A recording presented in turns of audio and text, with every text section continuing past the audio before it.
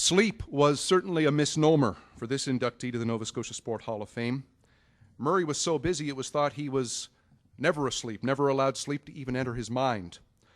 A merchant seaman in World War II, this kindly Minto, New Brunswick-born man was the first person to be appointed to the Nova Scotia Boxing Authority, was president of the Canadian Boxing Federation, served on and then became vice chair of the World Boxing Association Championship Committee, served on the WBA executive, was appointed to a federal government task force to investigate boxing tragedies in Canada, offered advice to the New York State Athletic Commission on how to avoid ring tragedies, rose to third vice president of the WBA and refused to go any higher, and received many honors worldwide for his longtime commitment to a sport he loved.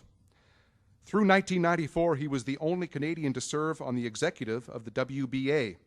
In 1985, Murray was elected to the Canadian Boxing Hall of Fame. Murray Sleep, in real life a supervisor with the Provincial Public Works Department, was instrumental in having uniform rules established between organizations, especially providing proper medical standards for boxers.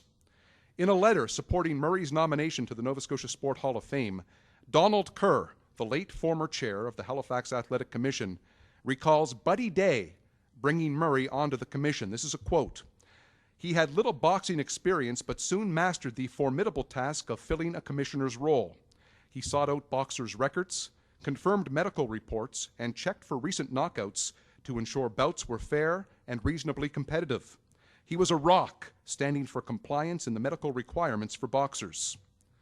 International referee and boxing judge Hubert Earl talks of Murray Sleep's impact on boxing here in Nova Scotia.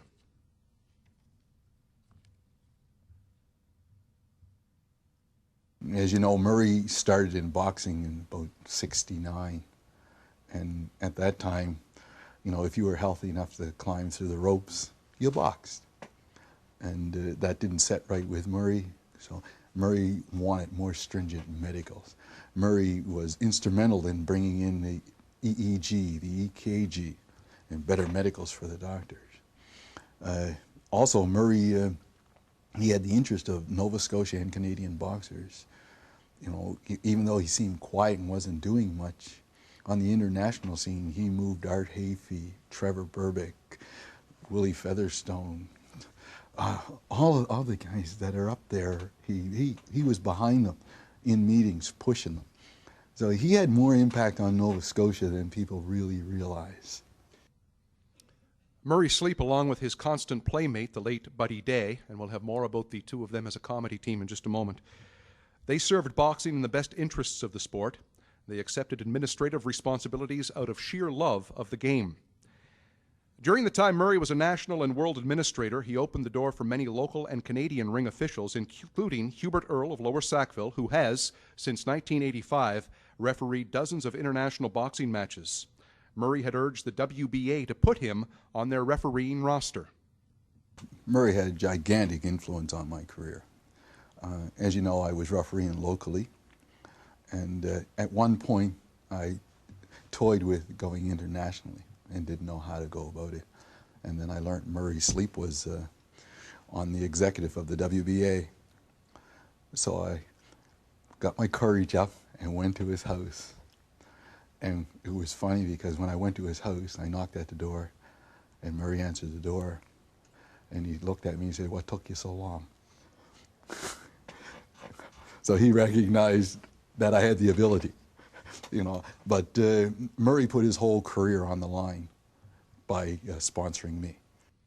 And he also promoted the careers of many Nova Scotians in the last 30 years, including Clyde Gray, Trevor Burbick, Art Hafey, and Kirk Johnson. The quiet man's friendship with the outgoing Buddy Day was legendary. People became accustomed to seeing Salt and Pepper, as they came to be known, at ringsides across the U.S. and around the world. Their pranks on the road became legendary, and once while they were attending a WBA convention in Philadelphia, they started to enter an elevator at their hotel, and Buddy was always looking for an opportunity to gently embarrass Murray. He allowed Murray to go ahead, and as the elevator doors were closing, Buddy stepped back and yelled, "Who are you calling a N-word?" The doors closed on Murray, alone in the elevator with Muhammad Ali and Larry Holmes.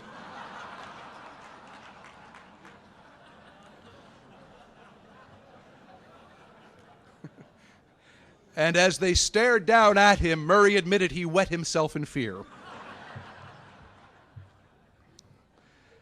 On another occasion, shortly after Canada's then ambassador to Iran, Ken Taylor, sheltered several Americans in the Canadian embassy in Tehran during the Islamic Revolution, Buddy and Murray were attending meetings in Washington. They wandered into a shopping center, and while Murray sat down to rest, Buddy told shoppers that Murray was the popular Canadian ambassador. Then he stood back and watched the crowd as they gathered around Sleep and asked him questions about how he sheltered the hostages. Every once in a while, an individual comes along who does not seek glory for himself, but believes in an idea or a principle, and who works persistently to that end. Murray Sleep, who passed away January 30th, 2003, was one of those rare individuals. It is our honor tonight to recognize Murray Sleep, the newest builder to be inducted into the Nova Scotia Sport Hall of Fame.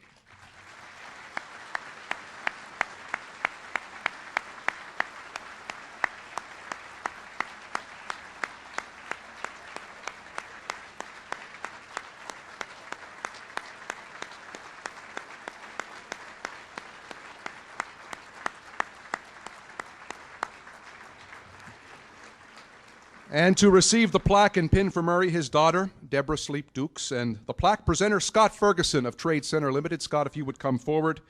And the pin presenter, the world boxing referee and judge from Lower Sackville, Mr. Hubert Earl.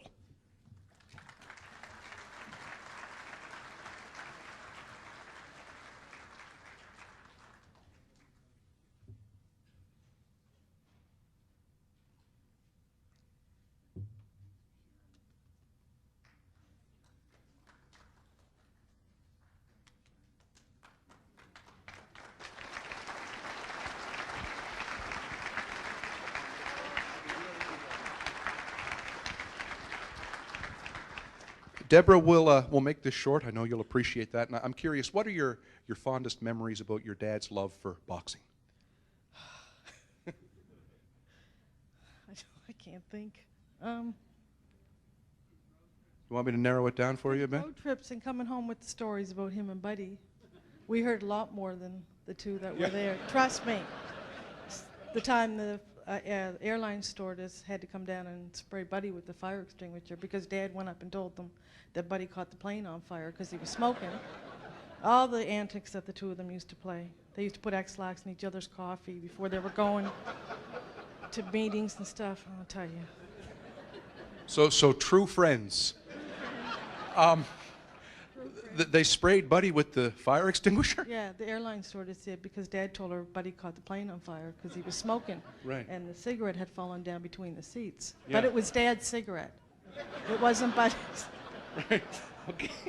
Had you ever heard the Ali Larry Holmes story? Yes, I had. Your dad was a tad terrified in that instance? Yes, he was. Yeah. We'll leave it right there. The stories are legendary. With a big thank you to Deborah, ladies and gentlemen.